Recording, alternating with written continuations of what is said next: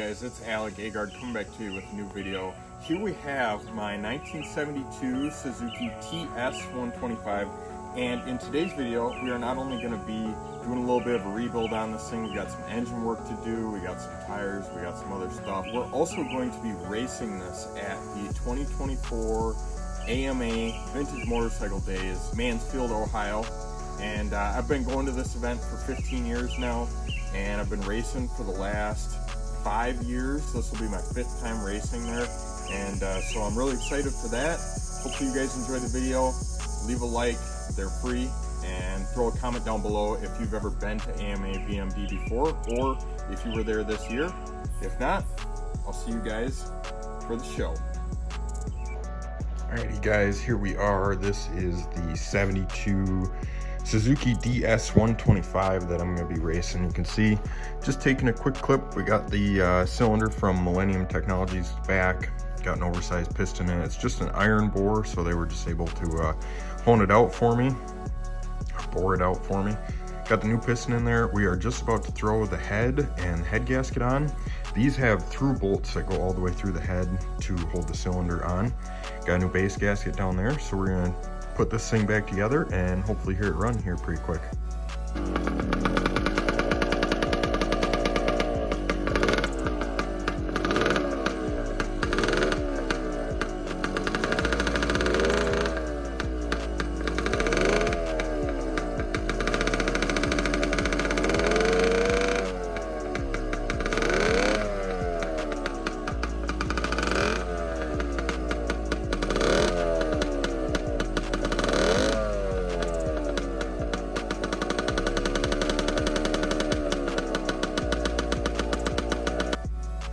Here we are. Got the front tire to change. Here's our Tusk T35 soft tires, 7119, super common. Gonna get that thrown on there. All right, here we are with that tire thrown on. Looks pretty good. It's the exact same size as what's on the front of the KX100 over there.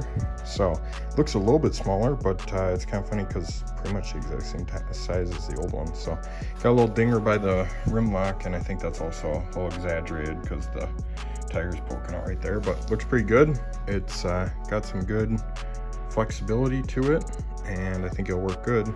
Now onto the back, I ordered a 110-118 for back here, which is the same size my KTM runs. That was kind of a mistake. I probably should have gone a 100-118. There's a big size difference here. The only thing that I think I have going for me is this rim's pretty skinny, and when you end up squeezing it together, it does get considerably thinner. So I think I'm going to try and throw it on, and we will see if it fits. If not, I'll order a 100-118. Well, it's like 1,000,000 degrees in my garage. Here's the proof. Probably look like a dog turd, but got this rear wheel on. Lighting's not great, but it does fit. Very tight up in the front. Did have to take the chain guide off, or the chain guard off, but we don't need that where we're going. It's a race bike, so it's probably gonna rub with some mud in it. Vintage, perfect. Back tires on, front tires on. Good Tuesday night.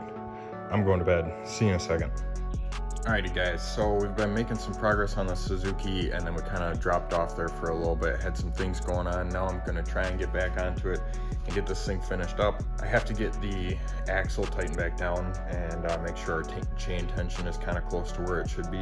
And then last you saw the Suzuki running, it was running on just a Gatorade bottle that I made up to supply it with fuel, because the fuel petcock isn't flowing, and so I ended up just getting a new petcock for it, and we're gonna throw this in the tank too, which should be interesting because the tank's like half to 3/4 the way full of fuel. So I gotta figure out where I want to put that, because it's kind of dirty fuel because the tank's not perfectly clean and blah blah blah. So let's get to it and get this stuff rolling.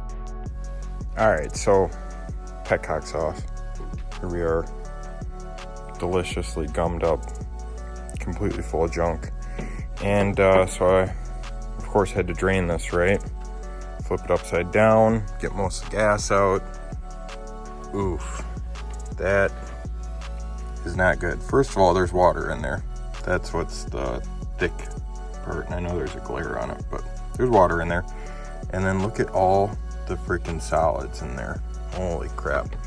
So, got most of it out, used just a towel to try and skim some of it off. I will filter this before I put it in like the lawnmower or something like that. This is, got the petcock off and then I start draining it. It's water and a lot of solids.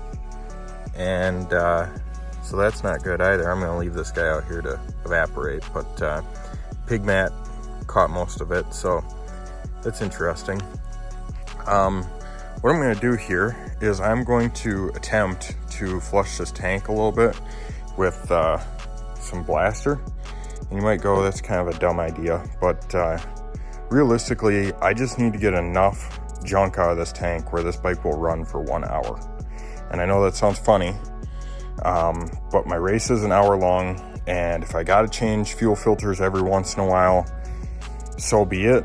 I don't have a new tank for this. It's been creamed, it's rusty. I mean, I'm just trying to work with what I got here.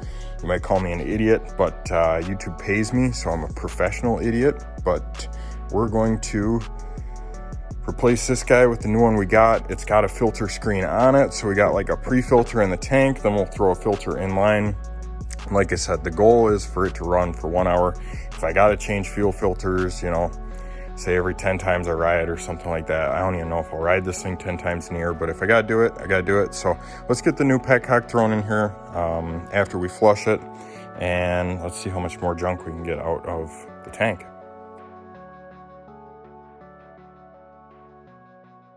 All right, so let's get this thing fired up, but I just want to show you, we got the tires on it because I was shooting myself earlier. New tires are on it, and we got the fuel line on, petcock's working. The last thing I want to do to this thing, of course, other than a general look over, is we have a major problem with where we're going to be standing on the bike.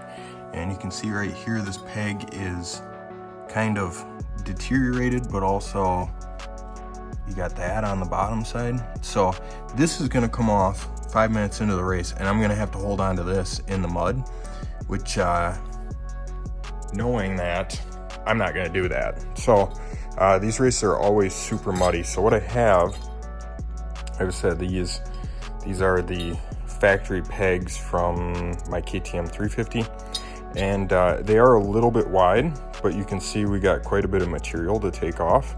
So what I plan on doing is grinding these down on either side to make them about the width of the inner piece where my finger is, and that width is very similar to the width in here. These guys should work out good, and this will sharpen those up a little bit, but this will be a lot better than trying to ride with these guys, even this one. So let's get to it. All right, so excuse the mess on the temporary workbench, also known as tailgate, but this is kind of what I came up with here. So we got the KTM pegs all ground down so that they don't have the little bump on them anymore. They fit in the mounts for a stock pegs really good. Over here, I'm working on the clutch side right now, left-hand side, but here you can see one that is pretty much done. I just gotta get a cotter key for the bottom guy, but they got a little bit of travel in them if you need it, but they are pretty much done, and I like it. It's gonna give us a lot more grip than the rubber guys that we were dealing with earlier. Only thing I'm thinking about is maybe sharpen those guys a little bit so we got a good brake, and this thing's dialed in.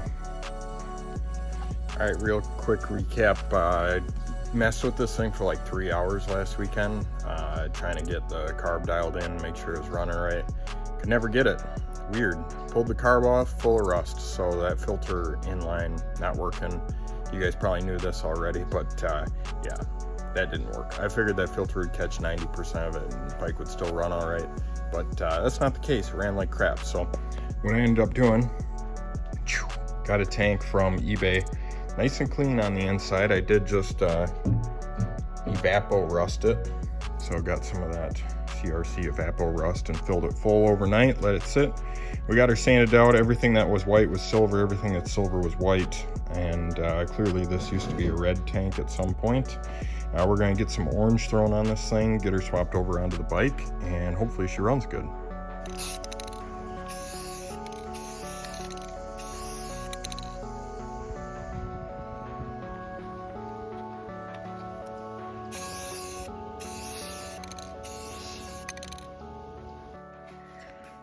Old tank, new tank, didn't get the white stripes on it. It's gonna have to work.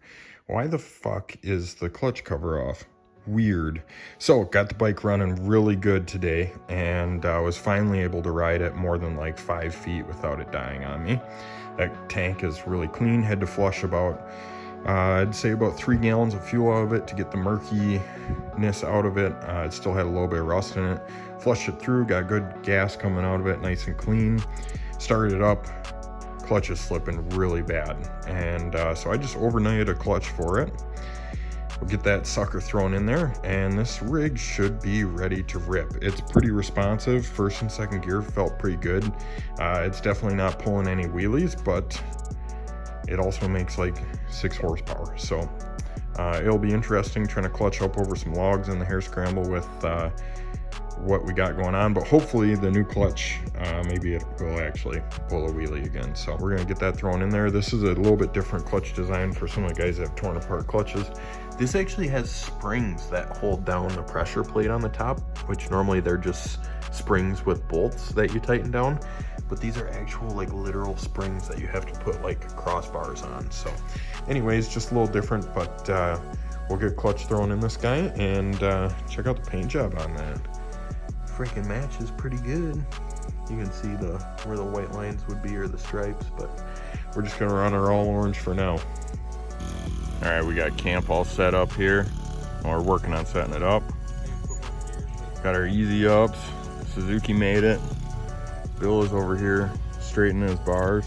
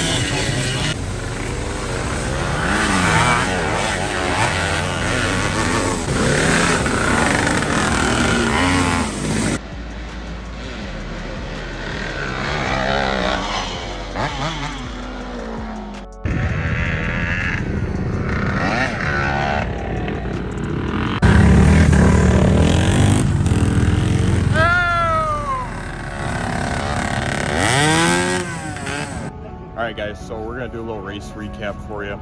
Ended up placing 4th. I got passed in the 5th lap, 33 seconds behind 3rd place. So I should have pushed a little harder, but quite honestly with you, this freaking thing is not like racing my 01 CR that I had.